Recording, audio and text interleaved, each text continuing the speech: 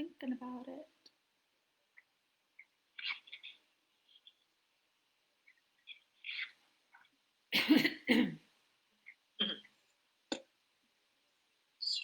Right, hello. I think we are now live. Apologies for being a couple of minutes late there with you this morning, but hello, and I hope you're all doing well on this rather grey and wet day today. I'm sorry about that. Billy the dog is just joining in.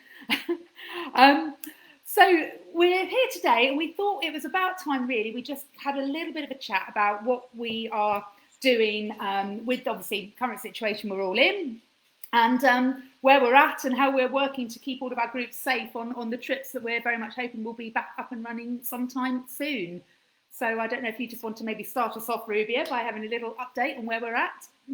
Yeah, absolutely. So we've got quite a few trips still happening this year. We're hopeful that the travel situation is going to improve. And so we've got some trips that were postponed from earlier in the year, and they're all scheduled to take place this autumn. And we're still working closely with the charities to postpone some of the trips over the next couple of months. But like I say, October, November, we're pretty hopeful everything's crossed, that things should be relatively back to normal by then, and we should be able to get some of you out on these adventures. Obviously, we'll continue to monitor the situation and keep everyone informed, charities, participants. You'll be made aware of what the situation is if your particular trip is affected by anything. So, yeah, is there anything you want to add to that, Sarah? No, that's pretty much summed it up. I mean, yes, so we are literally keeping everything crossed at the moment. We've got quite a few trips that are planned to go out to Morocco, which we're sort of fairly hopeful that the travel restrictions will be lifted for Morocco, because they've dealt with the COVID situation very well over there. Yeah, we're just kind of, it's a wait and see game at the moment, but obviously, as we've been saying the whole way through, should restrictions remain in place for any of these countries, then obviously the trip won't be able to happen, unfortunately. But at the moment, we're keeping things crossed that a few of them will be going ahead. And in the meantime, we're kind of obviously really like planning ahead for all the trips that will be going ahead, whether that be later this year or whether we're looking further ahead to next year. Because in the light of all of this, there's a few things like the health and safety guidelines that are going to have to be updated, and we're working really closely with our teams on the ground in all of our countries to kind of work out exactly how the new face of travel is going to be. We're updating our risk assessments. We are going to be retraining sort of tour managers so that everybody has got the best possible sort of toolkit, I guess, to enable us to travel and make sure you're all traveling as safely as possible.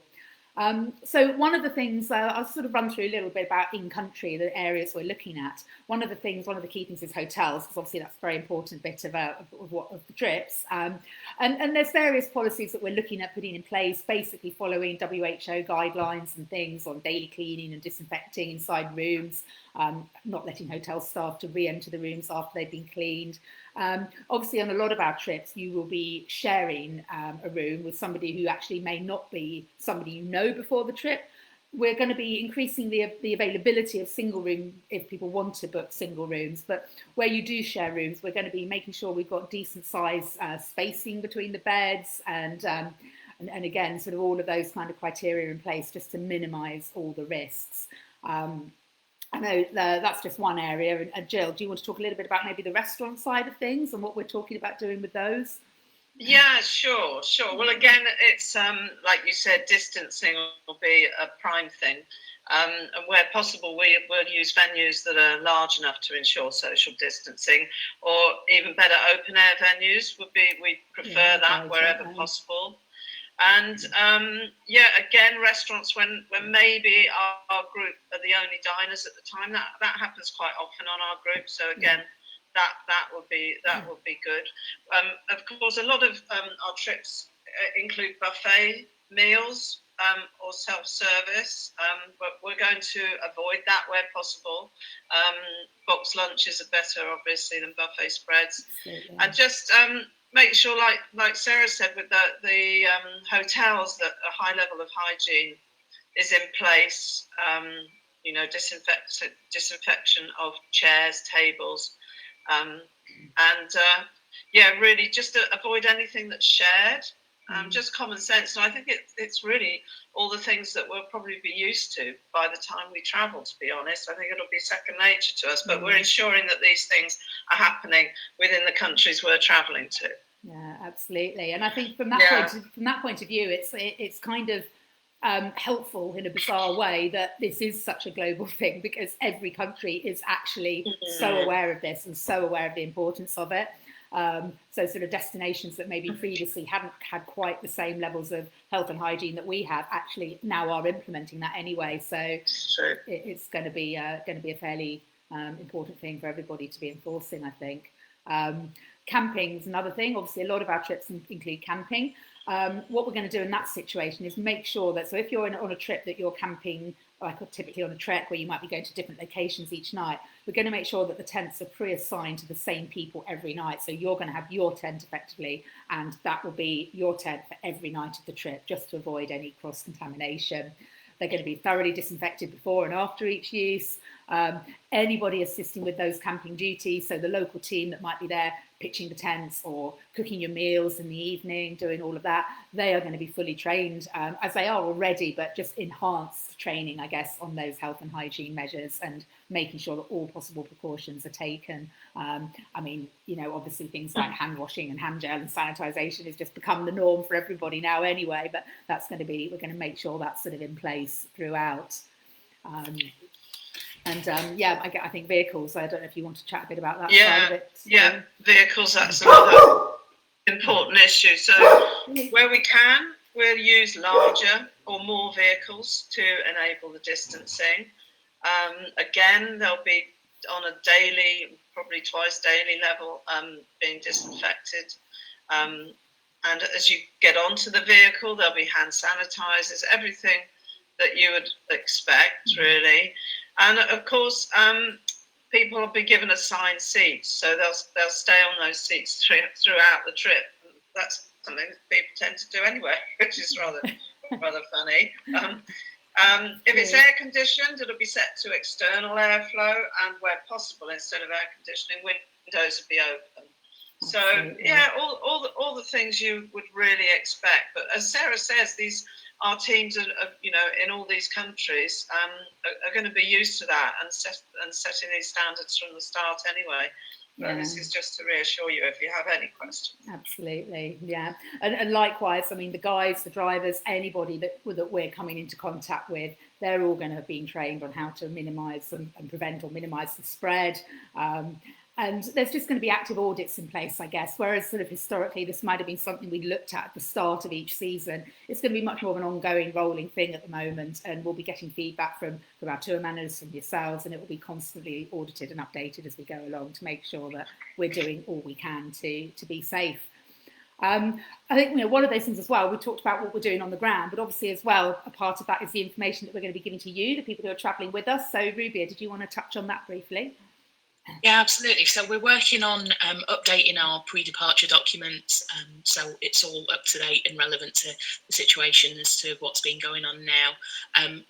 As you've touched on, anyone displaying symptoms the week before the travel, we'd kind of expect them to inform us. Obviously, they wouldn't be permitted to travel, unfortunately, but I think everyone has that awareness now of if you've got symptoms, you're going to be self-quarantined or medically quarantined. We'll have to take that into account. We'll be abiding by the rules of the airlines and our host countries as well. So if there's rules and regulations where you have to wear masks, we'll be obviously encouraging our participants to do that, and you'll be informed before travel of any country-specific or airline-specific rules that may be in force.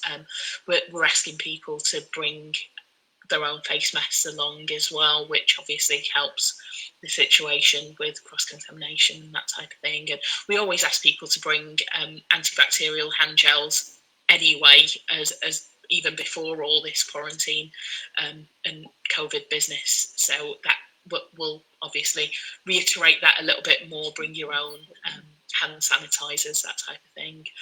As Sarah touched on earlier, we're going to offer more opportunities for single supplements. If you prefer not to share with someone you don't know, there will be an option there on some trips to pay that single supplement, so you have your own room.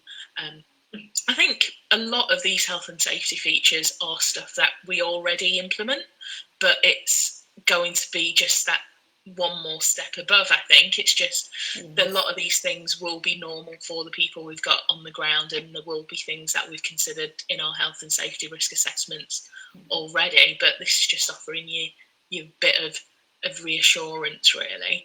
And it's also important to touch on what happens if someone should fall ill once they're back as well. We'd appreciate if they'd let us know, and obviously with the track and trace systems in place, we'd be able to advise further with that. So, Sarah, do you want to touch on what happens if someone was to fall ill while they were on a trip? Yeah, absolutely. I mean, that's obviously a sort of a harder situation. You know, as Rubia said, you know, we would be asking people to monitor their symptoms before the trip and all of that. I mean, if something happens on the trip, one of the key things we're doing at the moment is trying to get each place we go to make sure we have up-to-date lists of all the where the COVID testing sites are. We already know, obviously, from our existing kind of plans where the local hospitals are, but we're going to be doing a little bit more research into which hospitals are going to be best equipped to cope with any situation, should there be any kind of serious problem that arises while we're out there.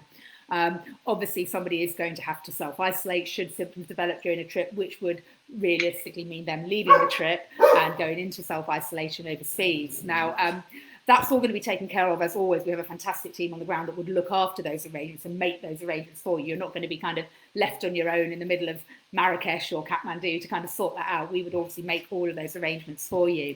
I think an important and quite exciting thing to talk on here is that insurance is actually now starting to cover you again for that, which is really good news.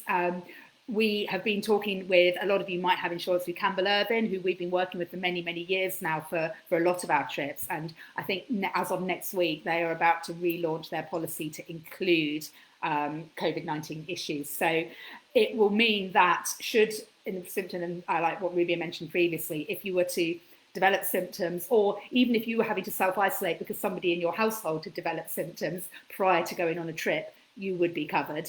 Likewise, if something was to develop and you were to develop the disease when you were overseas, you will now be covered. So that's a really exciting development, I think. That, well, I'm not sure if exciting is the right word, but it's a really positive development that means hopefully additional reassurance that should something happen, it will be looked after, it will be taken care of.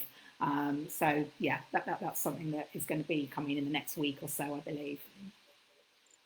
With the Campbell Irvine, it also includes cancellation if you've had direct contact with close relatives, or if you're alerted through the track and trace system that you're having to medically isolate.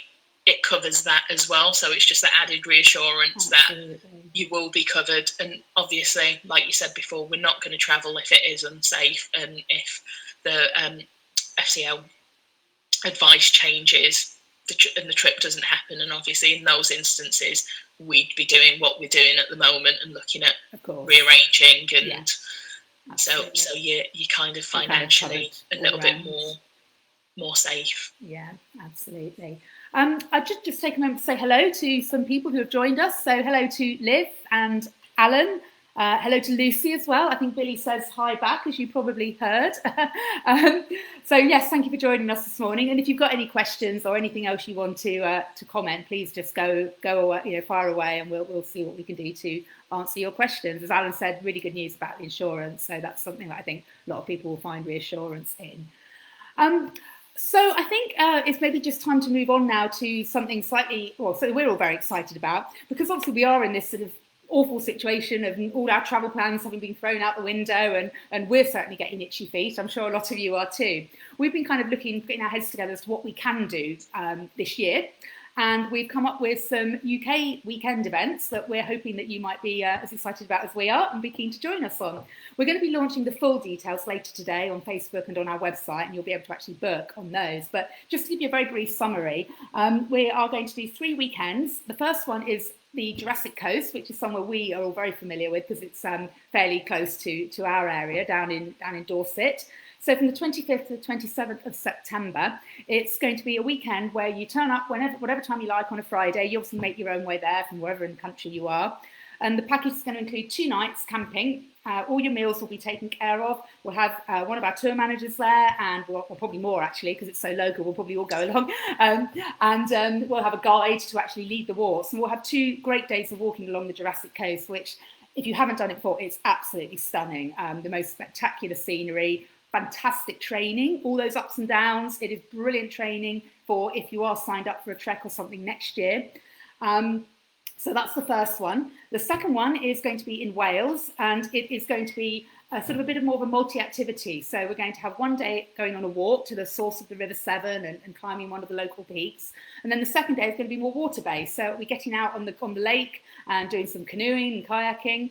And again, kept to be the weekend, so just 2 nights. It doesn't mean you have to take any time off work, depending on how far you might be travelling from. And then the third one, a bit later in October, will be another walk along Hadrian's Wall. So we've kept it short, we've kept it to 2 days, which means you won't be walking the whole wall, but it will still be a nice 2-day walk along the wall, maybe a good kind of compensation for anyone that has been hoping to trek the Great Wall of China, trek our Great Wall instead.